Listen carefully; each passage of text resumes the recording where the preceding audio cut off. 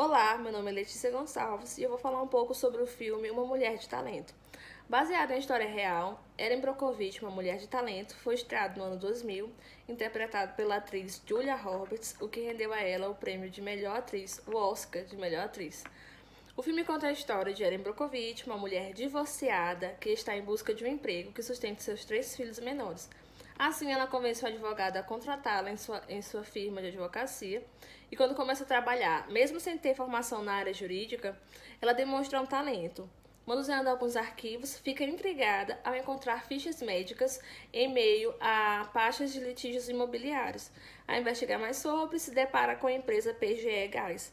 Descobre que essa empresa derramou de forma dolosa durante 14 anos uma substância altamente tóxica, o cromo 6. Essa substância ocasionou uma poluição severa ao meio ambiente, ao subsolo, inclusive aos seres humanos, causando neles diversas doenças graves, inclusive como o câncer. Corajosa e destemida, Erin Brockovich leva o caso adiante, fala com seu chefe e eles acabam levando o caso para a justiça, conseguem reunir o total de 648 reclamantes e levando para a justiça o caso, eles ganham a causa e a empresa é condenada a pagar 333 milhões de dólares em indenizações. Foi o maior valor da história dos Estados Unidos em um processo direto. Bom, o caso mostra como o ser humano, agindo contra o bem comum, fere direitos essenciais. Daí a importância de uma ordem, uma busca pela harmonia, o que é abordado na ética, mesmo que de forma subjetiva, daí a sua relevância. A ética não deve ser empregada de forma isolada. Tanto pessoas físicas quanto as jurídicas têm uma certa obrigação de prezar pelo bem social, pois sua falta pode trazer consequências avassaladoras e até irreversíveis.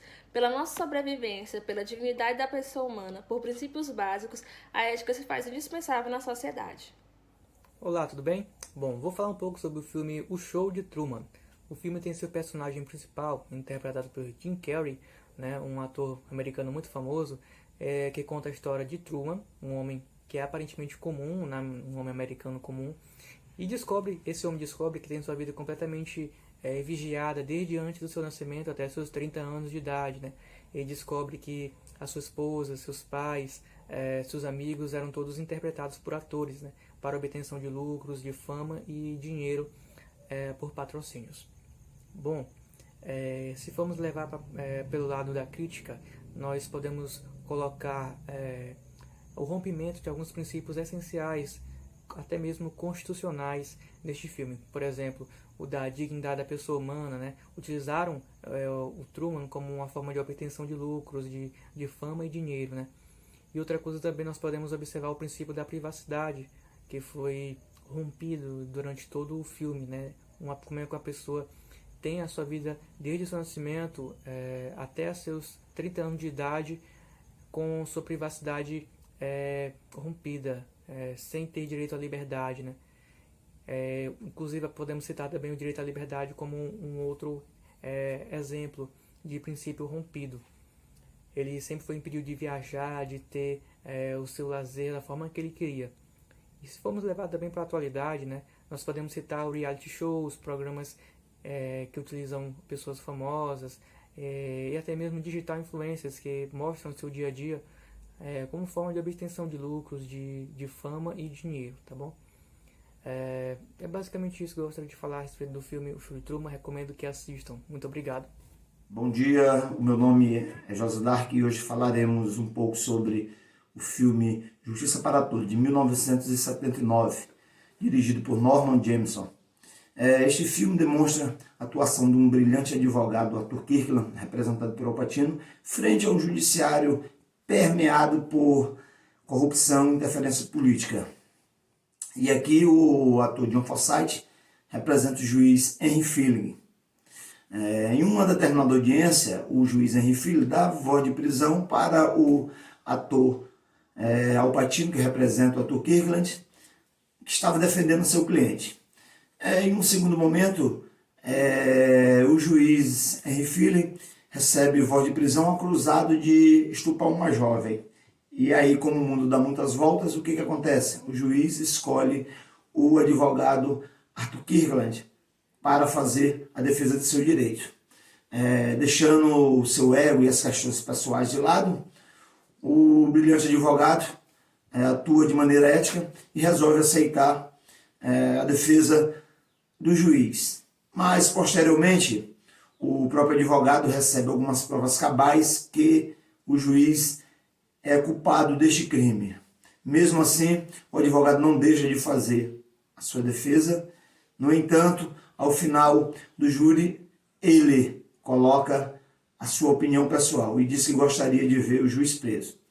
Percebe-se que existe uma linha muito tênue entre a atuação ética e o fazer correto. E o advogado Arthur Kirkland demonstra, deixando seu ego pessoal e as corrupções que o circundam, e faz o seu trabalho de maneira ética, clamando justiça. Obrigado. Mar Adentro. O filme aborda a história real de Ramon Sampedro, que sofreu um acidente que o deixa tetraplégico.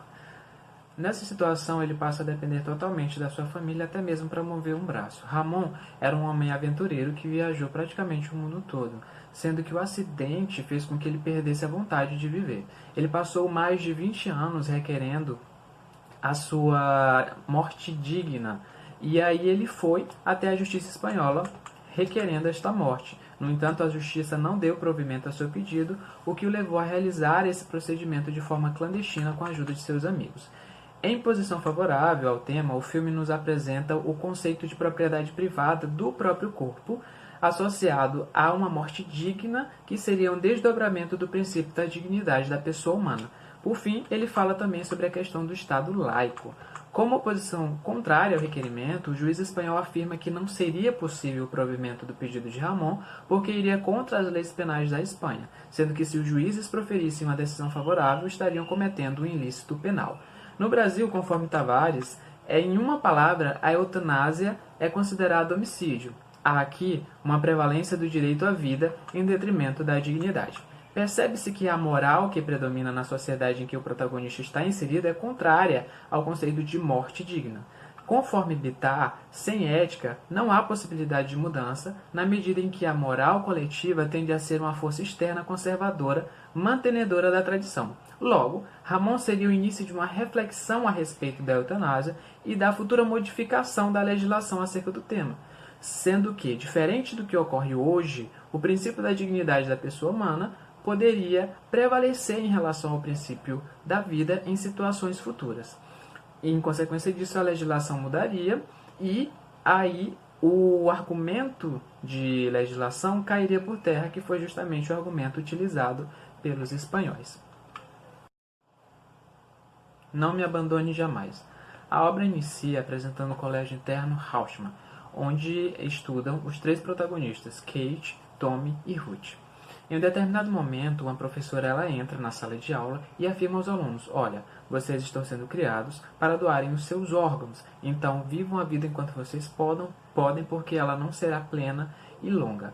Daí em diante a gente começa a acompanhar os três protagonistas e como eles vão lidar com essa situação de serem obrigados a doar os seus órgãos e, consequentemente, em algum momento, eles vão acabar morrendo ou ficando debilitados.